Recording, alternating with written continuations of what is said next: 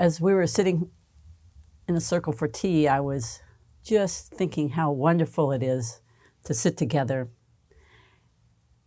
It seems like we're out on a plain with some high trees, and we're in this circle, and all of us are small, but it's a cohesive group.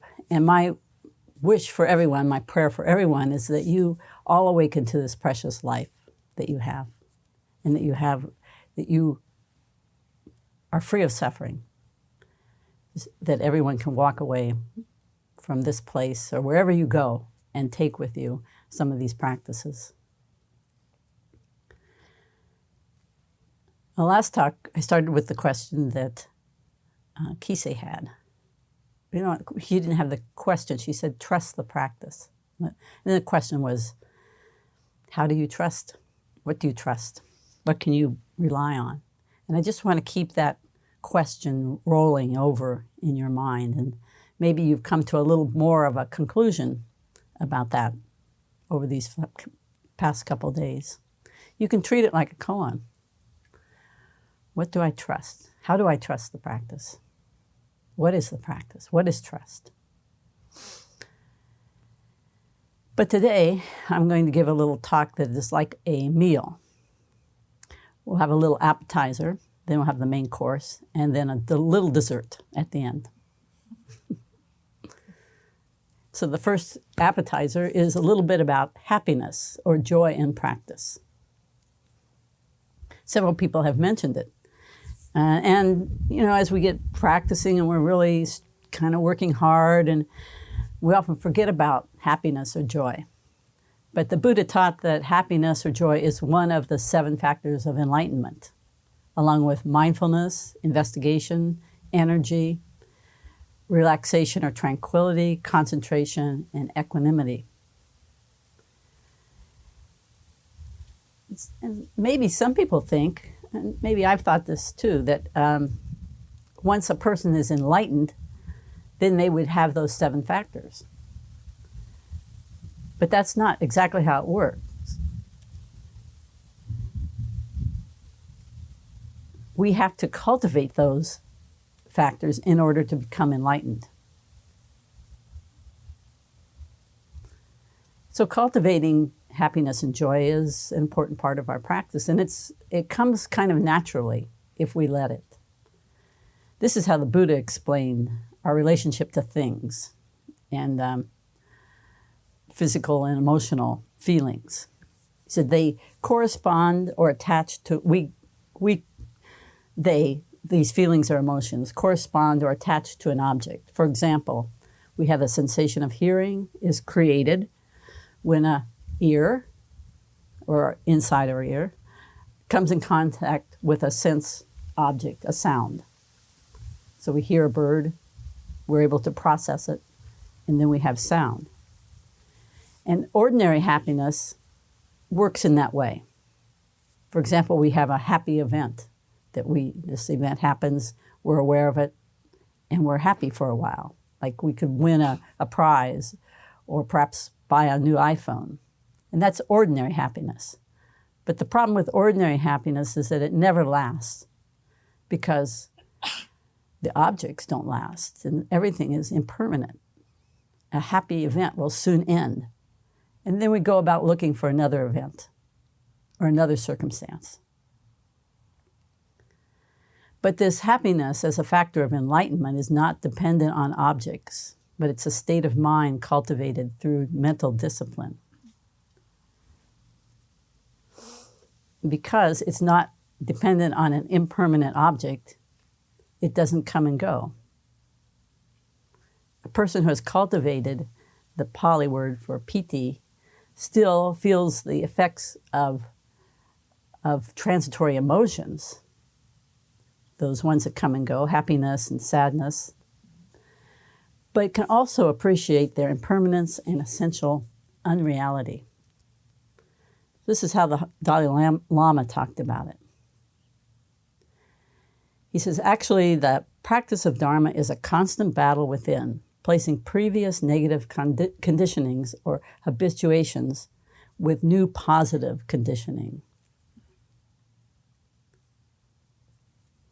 So this is one way that we cultivate joy or happiness. We replace negative conditionings with new positive ones.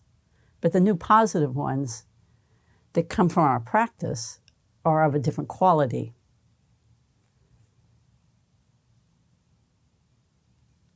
So most Buddhist practice recognizes that we build these qualities through meditation or chanting, and perhaps studying practices such as the Eightfold Path, precepts, ethical living. And there's another one, there's quite a few others. And the one that I've practiced in the past is called Anapanasati Sutta. It's from the Anapanasati Sutta, and it's a breath practice. So for those who are working on breath practice, you're already doing part of this already. So joy or happiness might already be emerging. So just be aware that this is not a problem. As you practice with the breath, allow the body to relax deeply. This sometimes allows energy to just be released into a feeling that can come across in many different ways, feeling more alive, more energized, tingling sensations, a release of gratitude, generosity can come over the whole body. Appreciation is another way I think about it. Satisfaction, a deep sense of joy. But at the same time, you remain calm and still.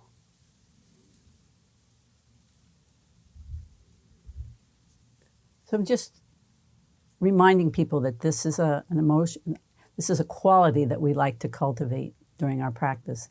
When you look at statues of the Buddha, he always has this little smile on his face. And I always think that little smile is happiness, satisfaction, deep, deep satisfaction with what's happening, acceptance of reality. As we said, deep happiness has no object, so don't make yourself an object. As long as you're seeking happiness for yourself, you'll fail to find anything but temporary happiness. Happiness can arise from your practice. And if that happens, then just stay with that sensation. Just allow joy to arise. And that's part of the practice. You practice breathing, you practice understanding the breath, short breaths and long breaths. You feel the whole body breathing, and then just allow joy to arise. Just that allowing can produce a joyful expression. Keeping the mind calm and the body calm while doing this. These are the steps that one can follow to bring more joy into your practice. So that was a little appetizer. And now I want to talk a little bit about the element, air. We've gone through earth, water, fire, air. You get everything? Air. Breathe, the wind, the breeze, what we live in, what we swim in, so to speak. Thank goodness for the wind, for the breeze on these hot days. As soon as we call to mind the element of air, we usually think of breathing, the air in our lungs. We're immediately aware of this sensation, and we realize that this air is flowing rhythmically in and out of our body. Day and night, we don't have to breathe. Our body breathes for us. We can't go without breath for very long. then almost at the same time, we can identify the air element outside of us. We feel the breeze on our face, touching our skin. We see the wind blow the bamboo and the clouds, the trees.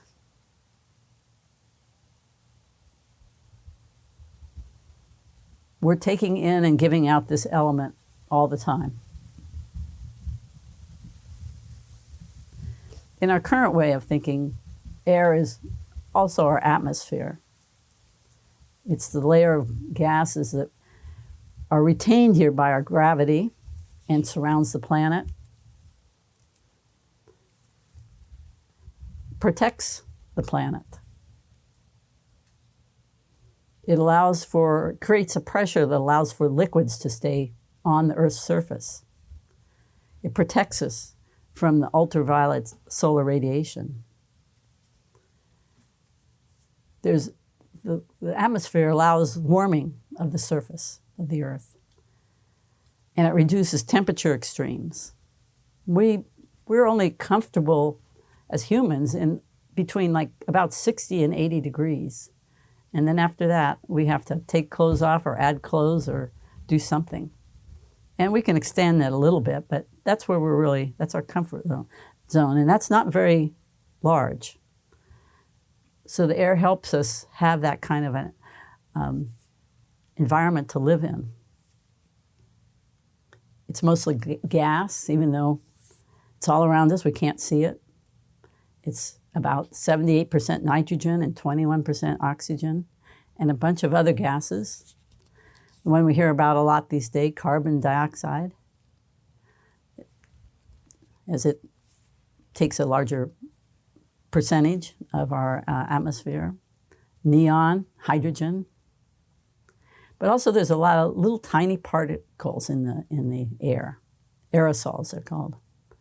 Dust and pollen.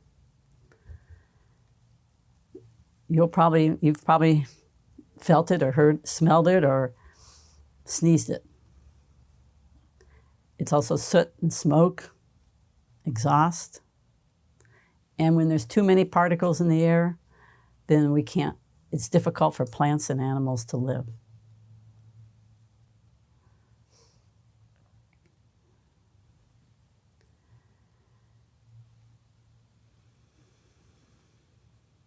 Right now, the air element is entering and leaving our body.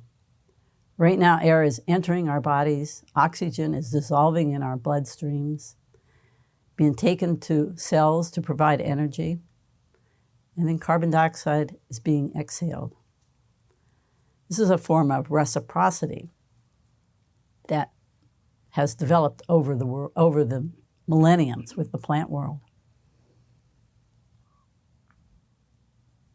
It's interesting that we have this back and forth. So if we have a lot of carbon, in the future, if the carbon dioxide level grows very high, there'll be lots of plants. Lots of plants can survive.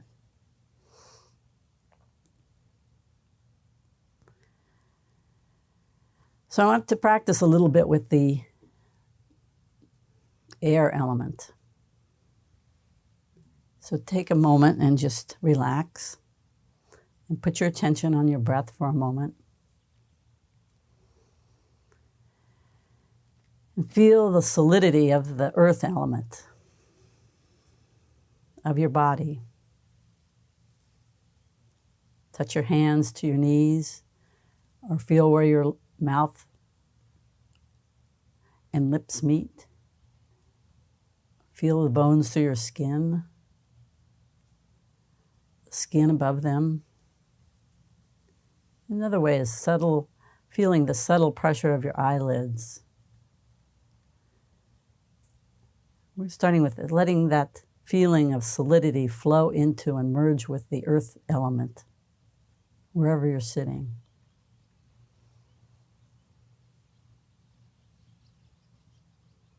I think become aware of the earth element, the soles of your feet. And if they're touching the ground, allow that to merge. Now imagine that you're going to walk outside here. And with each step you take, the earth element in your feet merges with the earth element of the floor or the ground that you're walking on. And if you touch something, a table, a chair, a door, a tree, then allow that earth element to merge with your hand.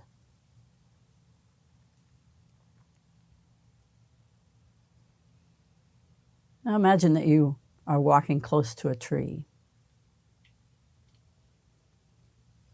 Touch the tree, lean back against its trunk, and allow your body to merge with its solidity. No separation.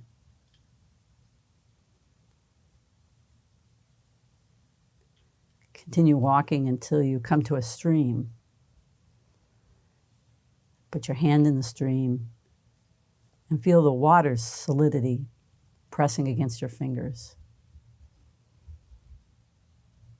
Recognizing that this solidity is what allows a boat to float and fish to swim.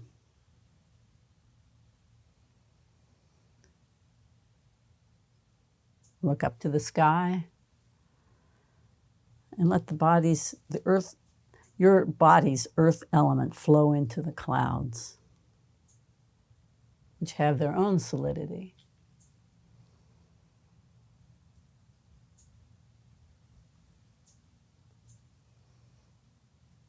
Now return to the breath.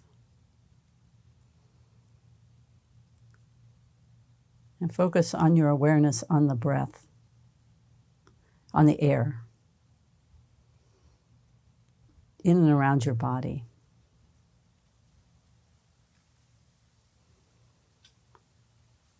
Feel the breath as it enters and leaves the nose. Feel the movement of the breath. How can you tell it's coming in or going out?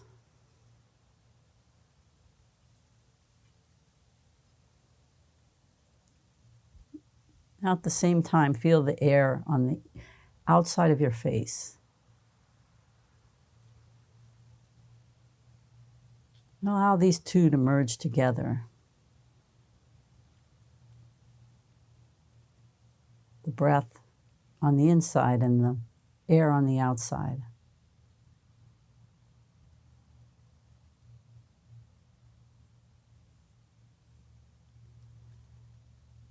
Maybe letting go of inside and outside would be helpful.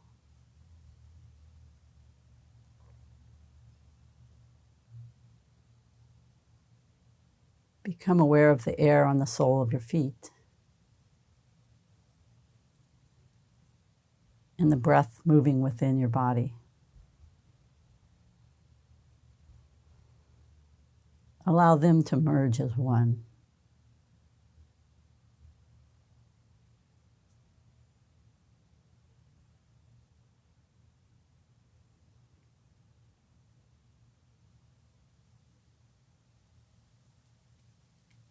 Now move your attention to the whole body, moving as you breathe. And at the same time, feel the air all around you.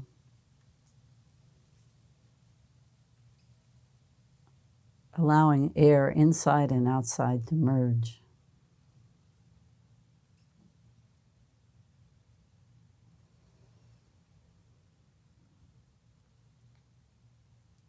Feel that air both pushes and supports you.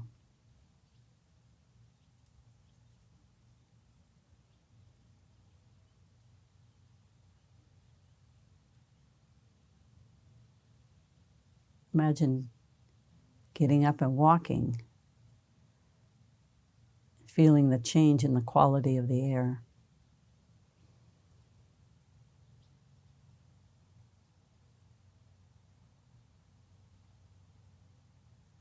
Feel the wind that your movement generates.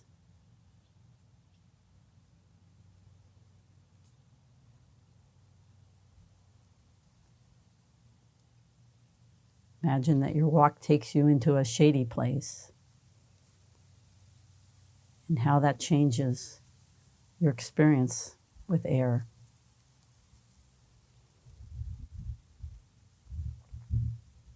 The coolness touching your body and generating a different feeling.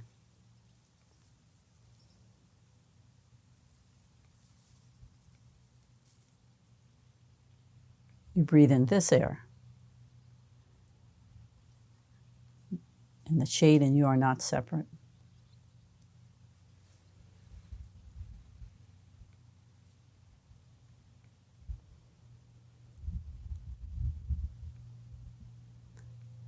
Now go to the nearest tree in your imagination and touch it with your hand. Take your hand away and feel the air around the tree.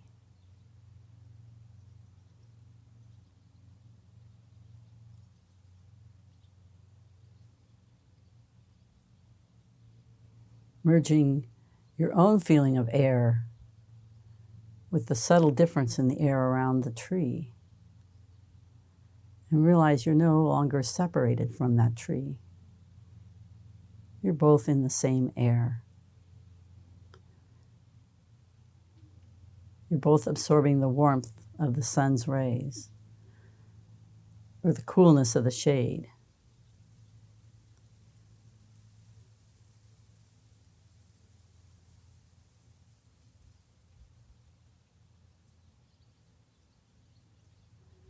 Now walk to a pool of water.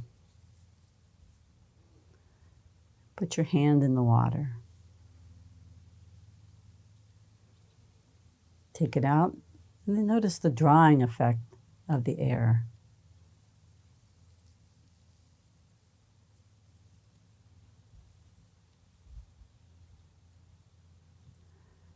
As you walk, you notice that we share the air with the birds and the bats, the mosquitoes.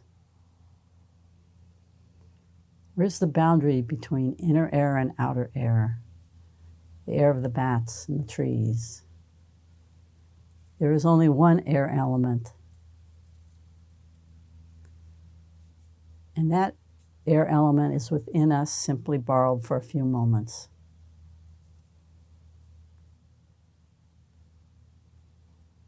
We can't hold on to the air element any more than we can hold on to any of the others.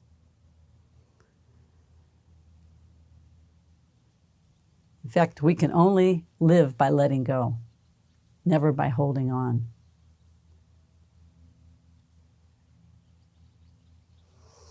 To hold on is to die. If you couldn't take a breath, if you held on to every breath, you wouldn't have many breaths. So we can reflect on the air element like the other physical elements. This is not me. This is not mine. I am not this.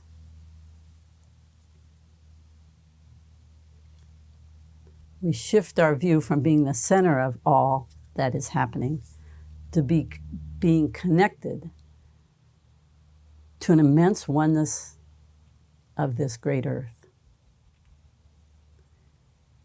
In a very real way, we right-size our human being in context with the rest of the planet. Bringing to mind the Chinese or Japanese landscape or the American landscape, like the Hudson River School and landscapes of the West, where the landscapes are huge and the people are very small. This can be very helpful in some ways to see how we as humans fit into the scheme of the world and the universe. But often then we feel small and insignificant. But with these practices, we can see our true relationship with the rest of the world and no longer need to feel separate and small, but as an intimate part of a vast cycle of the elements.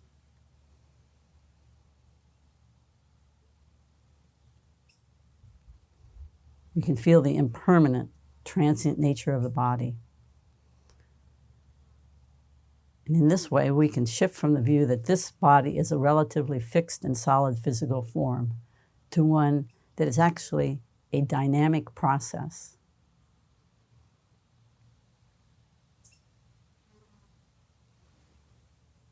These elements are constantly flowing through this body. We're sloughing off old parts and renewing and nourishing new ones.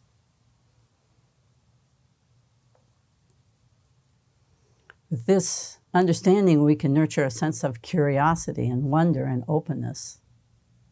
The world is more alive. We become less attached to the physical form and sense of identification. Everything is just passing through this body. Solid matter, water, air, and energy. And then it's out there in the form of clouds and forests, soil. In a way, all those things are me. And because this very body is the same thing, I am them.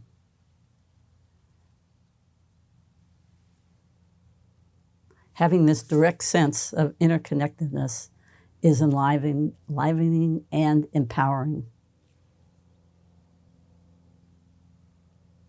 We're all part of this intimate, vast cycle of life on Earth.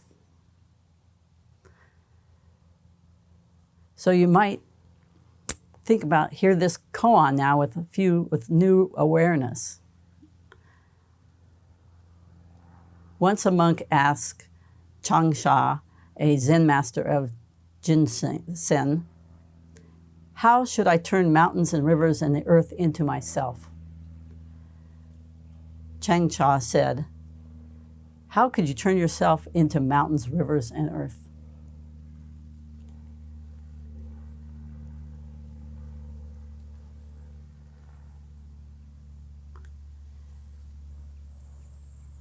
Now for a little dessert. Somebody sent me these poems. They're Dogen poems, a book called The Song of the Wind in the Dry Trees. So Dogen's, Sansho Doi, is a long series of poems, approximately 60 verses in total, which I will not read. Oh, thank God. Almost all are written at Eihei, which at the time was no more than a small isolated mountain hermitage. He began writing the collection when he first 1 year after he got there, when he settled there, in 1245. And then he finished the last ones in 1253. But they weren't published for almost 500 more years in the 1740s, 50s. And the name of it, but they're beautiful. I feel that they're beautiful, and that's why I wanted to share them with you. Sancho means umbrella pine, and that was the name at Heiji where his monastery was. Used to be called that because there were a lot of umbrella pines there. And Doe means Song of the Way. So it's the songs of the way of the umbrella pine. What I find interesting about Zen poems is that they have this imagery of nature, and you have a feeling there's something there, but not quite sure what it all is. So I'll read these, and you can just listen to them, and then I'll explain one of them. I think there's 10 or 11. They're really short. The waves die out on the shore. The light wind holds its breath. The abandoned boat gently drifts. In the silence of the night, the moon in the depths of the firmament spreads her peaceful light. 2. On the russet leaves of the long winter month, the spotless snow softly sparkles. Under the moon's rays, what words can express the inexpressible beauty? 3. Wherever it may go, from wherever it may come, the water bird erases its traces, but never loses its way.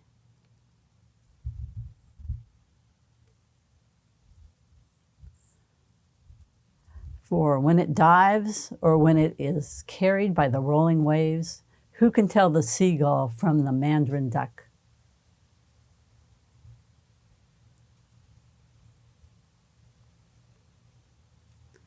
Where is our native village deep in the mountains? Where shall we seek it? Our native village is where we are living, here and now.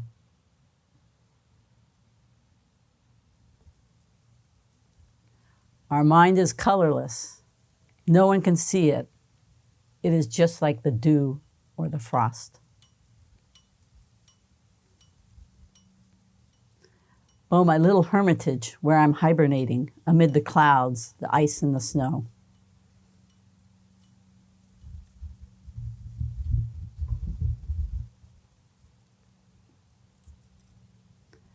No one is unsettled by the swift passage of the days, nor disquieted by the running of the horse galloping after the sun.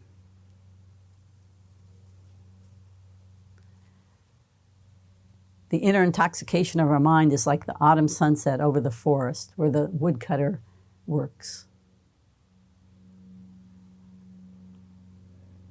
The flowers bloom in the spring, and from the foot of the mountain, their perfume rises.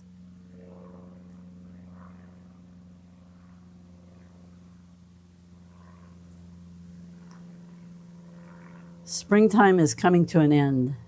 It passes even if we want to hold it back, even if we regret its passing. In the grassy dojo of my hermitage, summer has arrived. We put on the light kolomo and lower the reed blinds. These images are compelling Zen poetry. These are compelling, and Zen poetry combines the literary practice of poetry with the philosophical principles of Zen Buddhism. As such, it's a not philosophical statement, but an observation using descriptive words about our practice.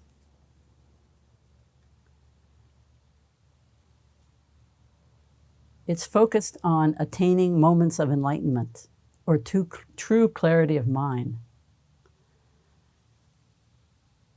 by emphasizing singular experiences.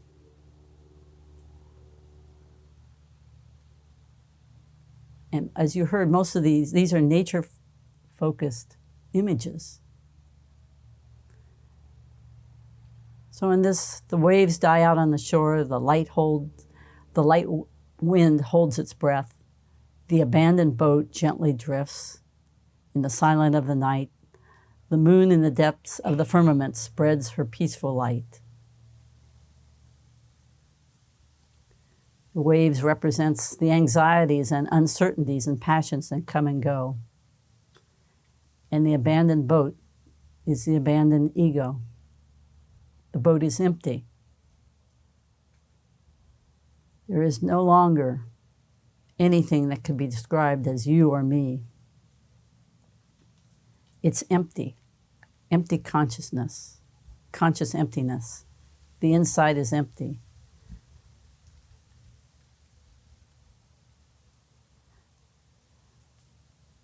The moon is a symbol of harmony and represents awakening. No eyes can disturb its light. Silent and light, even at midnight, are the essence and also the symbols of Zen Buddhism, Soto Zen in our particular case. That's what Zazen is. It's the wind that does not move, the still mind. It's the abandoned boat that no longer belongs to anyone.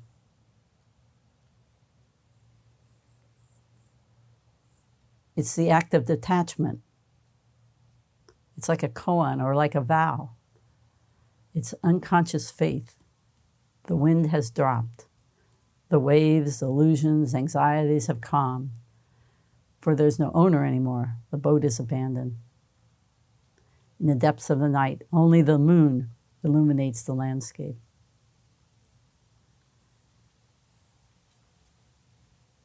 The light wind holds its breath.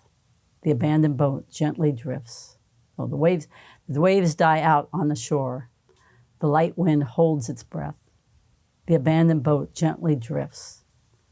In the silence of the night, the moon in the depths of the firmament spreads her peaceful light. May we all encounter the moon in the depths of the firmament and hear the songs of the wind in the dry leaves and the dry trees.